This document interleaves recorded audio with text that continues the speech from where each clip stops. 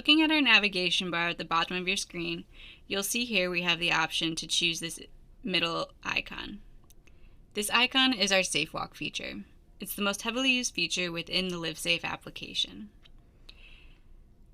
SafeWalk is a peer-to-peer tool that allows users to virtually walk with contacts in their phone.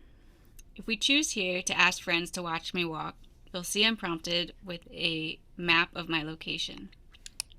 I can choose a destination to walk to, so in this instance I'll choose one down the street, and I'm given an estimated walk time. I can adjust the time here based on my expectations. I also have the ability to toggle from walking to driving if that's the mode of transportation I'm using. The next option here is to select contacts. These are the contacts within your phone. These contacts do not need to have the LiveSafe app in order to watch you SafeWalk. If I choose to start SafeWalk, you'll see here that I'm prompted to whether or not I want to alert friends to let them know I'm on my way. I can say not now for the time being. If I was to invite these individuals, each of these contacts would receive a text message letting them know that I've invited them to SafeWalk. In that text message will be a link.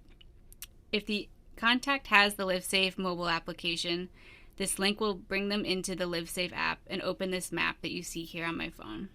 If the contacts do not have the LiveSafe app, this map will open in their default browser. In the top right, you'll see here I have an alert icon. This red bell here allows me to call 911, call my security team, or if this were to run out, my contacts that I've chosen will be alerted that I need assistance.